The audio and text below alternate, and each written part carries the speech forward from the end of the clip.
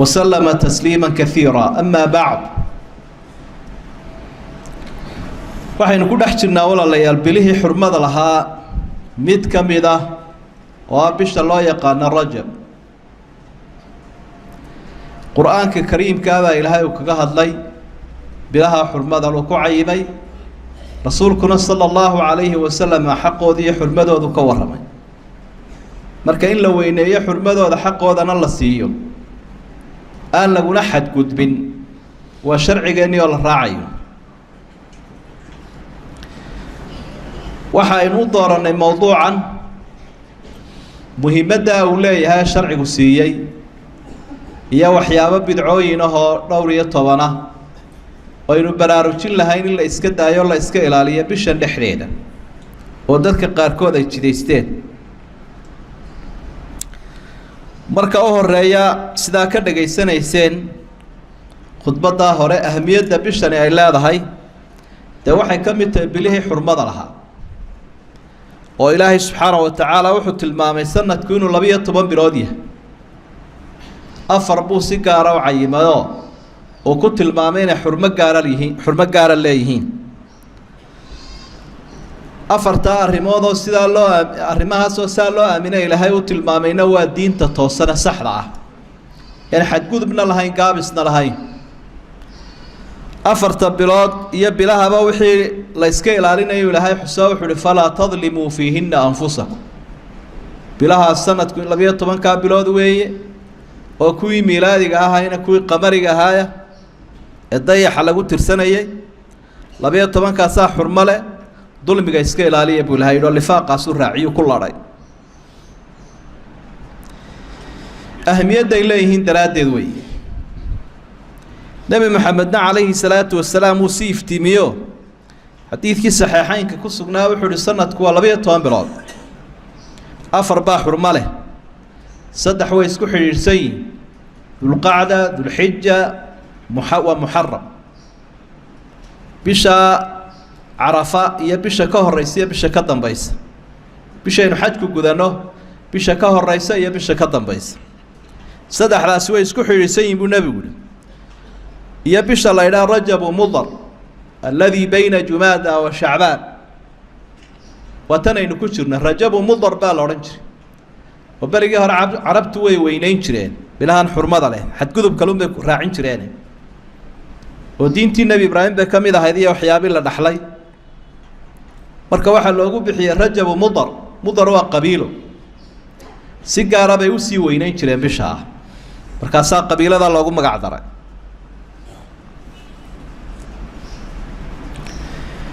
midka labaad aynu baraarujin lahayn waxa weeye xurmadooda iyo xaqooda marka la siiyo kadib inaynu aada iskaga ilaalino aynu ka feejignaano arrintaa ilaahay uu nooga digay ee ah macsiyada ama dembiga, weliba gaar ahaan dulmiga. dulmigoo la sameeyo wakhtiyada ee xurmada leh sharafta badan ama meesha wanaagsan lagu sameeyaa wuu ka sii dembi badan yahay dulmiga ama dembiga wakhtiyada kale la sameeyo.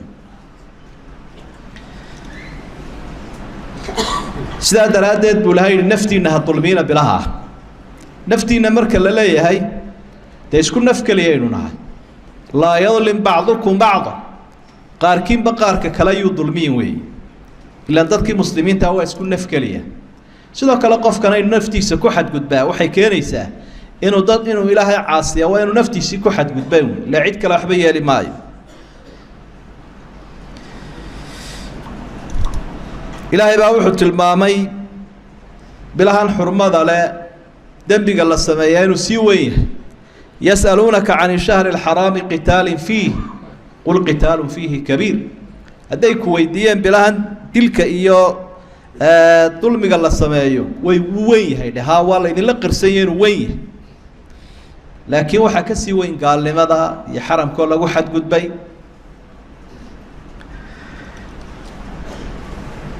bilaha iyaga ah dulmigaa ilaahay uu diiday subxaanahu wa tacaala waxaa ka sii warramaya oo sharxaya isaguna mufasirkii Qataada. taabicigaa jaliilka ah waxa uu yidhi ina dulma fi shahri alxaraami acdamu khatii'atin wa wisran min adulmi fima siwaah. dulmiga wakhtiyada kale la samaynayo وكسي دريه ووقت وين با وحوين ودنبي السماء مركا وسي بدنيا مركا وحا وليهي ولكن الله يعظم من أمره ما يشاء إن الله اصطفى صفايا من خلقه لا يابنا ملهين ولهي خلقه سكرا دورته ذلك ضدك وقتك ليس أبو رأي اصطفى من الملائكة رسلا ملائكة الرسول بكدورته رسوشا وحيقا وكان نبي هذا السلام ذكر جبريل وكله ويقول فضل بدين ومن الناس رسلا بني آدم كان الرسول بولهاي كدورته يقول فضل بدن والنبي محمد سوق بقبيه عليه الصلاة والسلام ومن واصطفى من الكلام ذكره هذا الكلام إلهي وحو كدورته قيبت ذكرك الله يراه حسك إلهي إلا حسه سبحانه وتعالى هذا الأردن كاسو كدورته وكفر حاي وجعليه واصطفى من الأرض المساجد دلكنا وحو كدورتي مساجده وقوابها إلهي وجعليه واصطفى من الشهور رمضان والأشهر الحرم بلاها نوحو كدورتي بشهر رمضان بلاها حرمة لا أفرتها واصطفى من الأيام يوم الجمعة مالمها نوحو كدورتي مالك الجمعة وانا يسوك يوافقين جمعه يبلي حرمة لها واصطفى من الليالي ليلة القدر هبين هذا نوحو كدورته وقيمة بدن سدا قرآنك وكعدي هبينك ليلة القدر فعظموا ما عظم الله فإنما تعظم الأمور بما عظم الله عند أهل الفهم والعقل وحي لهي وينية عدي عقلي علمي لهنا تاسيكو عمل فلا يسابوا لي الشيخ رحمه الله وتفسير يفهم ونكسوي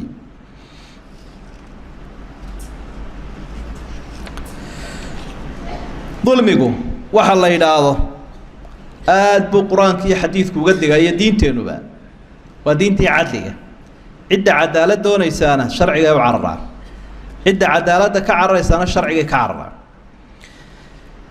waxiga ilaahay waxa uu ku tilmaamay dulmiga in raadkiisu uu xun yahay oo dadku guulaha ay adduunyada doonayaan inay gaaraan waxyaabaha u diida waxa kamid ah caqabada ku noqda dulmiga innahu la yuflihu adh-dhalimun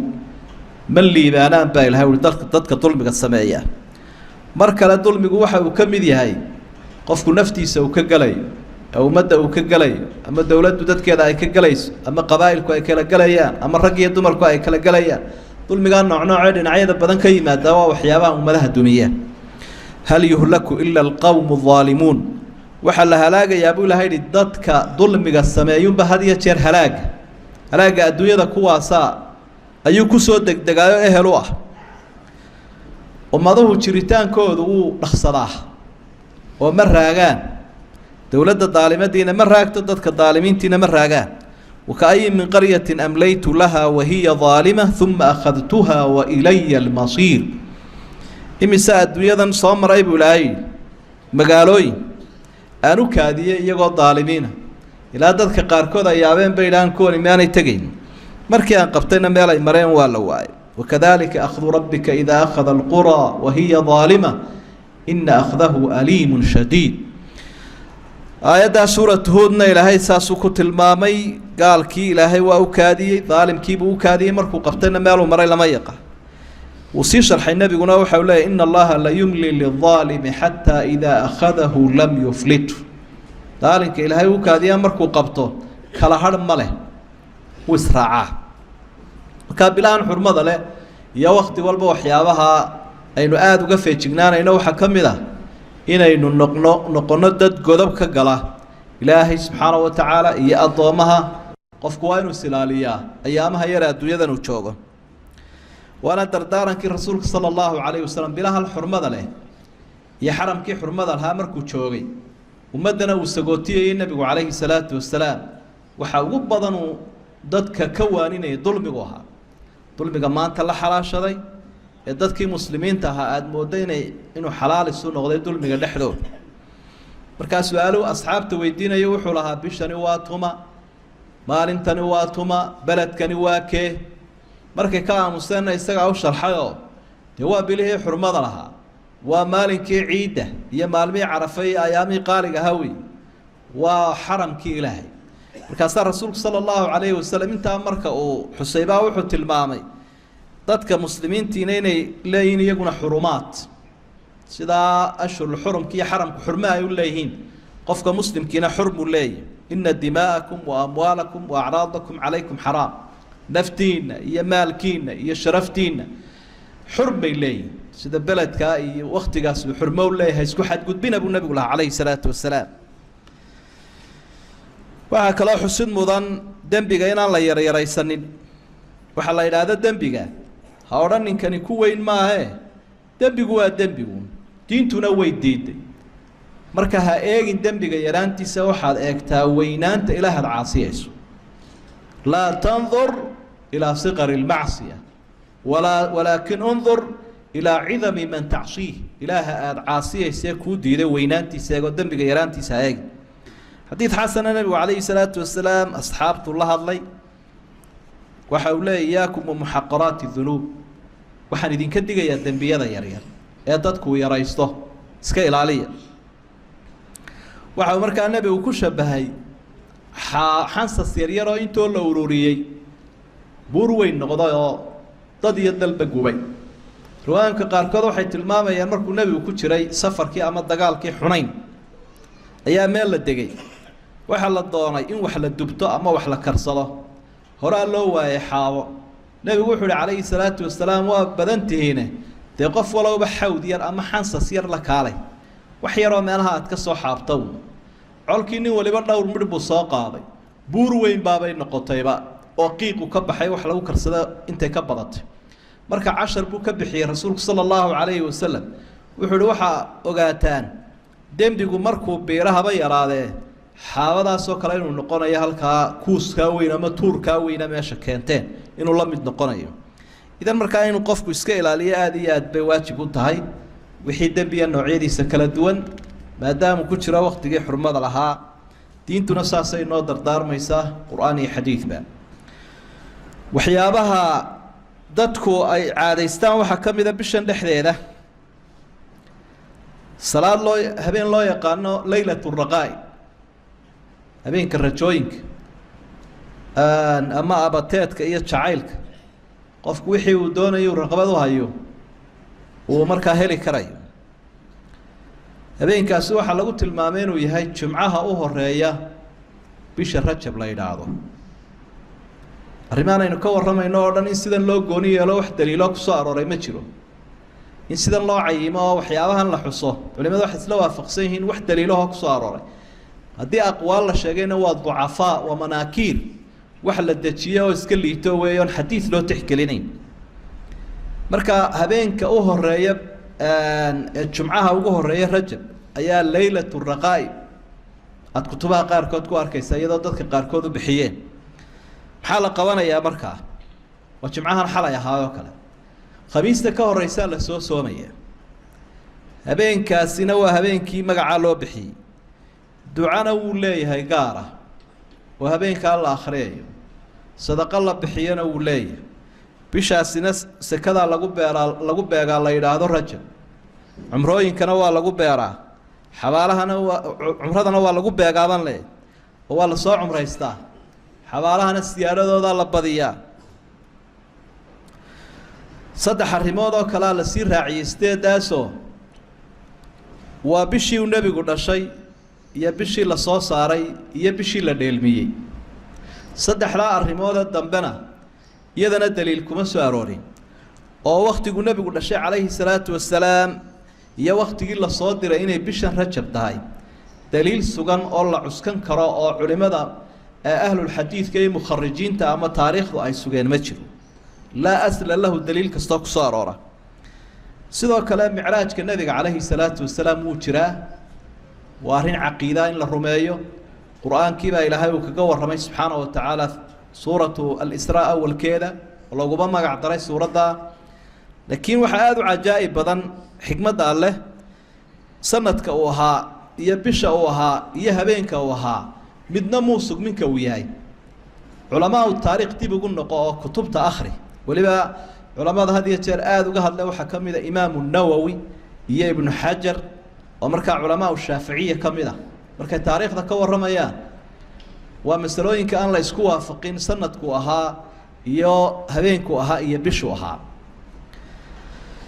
aqwaasha qaarkood ba waxbay odhanayaan inkastoo u badan yihiin hijrada sanad ka hor buu ahaa laakiin qaarkood waxay leeyihiin bisha rabiicul awwal buu ahaa habeenka israagaasi uu dhacay ama rabiicu thaani buu ahaa rajab buu ahaa khilaafkaasaa ka jira 27 inuu ahaana iyana wax sugay ma jiro iskama lihin laakiin dee waa arrin cilmiyahoo qofku markuu wax sheegayo waa inuu macluumaad saxa ka duulayo oo taariikhdu waxay u baahan tahay nas saxiixoo sugan bay u baahan tahay sidaa daraaddeed 8 arrimood ee hore aynu sheegnay iyo 3 arrimood ee ka dambeeyay 11 arrimoodba sida loo sheegay ama waxyaabaha laga qoray